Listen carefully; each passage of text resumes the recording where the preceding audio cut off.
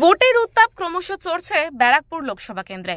ঊর্ধ্বমুখী তাপমাত্রার পারদও এপ্রিলে কার্যত রুদ্রমূর্তি ধারণ করেছে সূর্যদেব। কিন্তু পঞ্চম দফায় রয়েছে ভোট, ফলে রোদ মাথায় নিয়ে প্রচারে ঝাঁঝ বাড়াচ্ছে সব পক্ষ।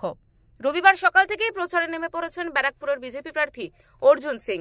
নৈহাটি ৩ নম্বর পোলের রামকমল সেন রোড থেকে নির্বাচনী প্রচার শুরু হয়। তারা গুন্ডারাজের কথা বলে গুন্ডারাজ শেষ করবে, তাদেরকে প্রশ্ন করুন কি একটা গুন্ডার নাম নিন যে বিজেপি করে। আমি 1 থেকে 100 গিনতি করে দেবো যে তৃণমূলে গুন্ডা। ইভেন পার্থভৌমিক ভাষণ দিচ্ছে আর দুদিকে এনডিপিএস খাওয়া আসামি বসে থাকছে। মালঞ্চ, সুকান্তপল্লী, বিবেকানন্দ পল্লী, অশোকনগর, পূর্বপাড়া, মাঠপাড়া হয়ে মিছিল শেষ হয় নৈহাটি ৪ নম্বর পৌর এলাকায়।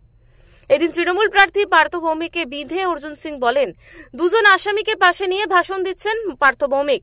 তৃণমূল গুন্ডারাজ শেষ করার দাবি করে কি করে? উত্তর 24 পরগনা থেকে প্রতীতি ঘোষের রিপোর্ট, ওঙ্কার বাংলা।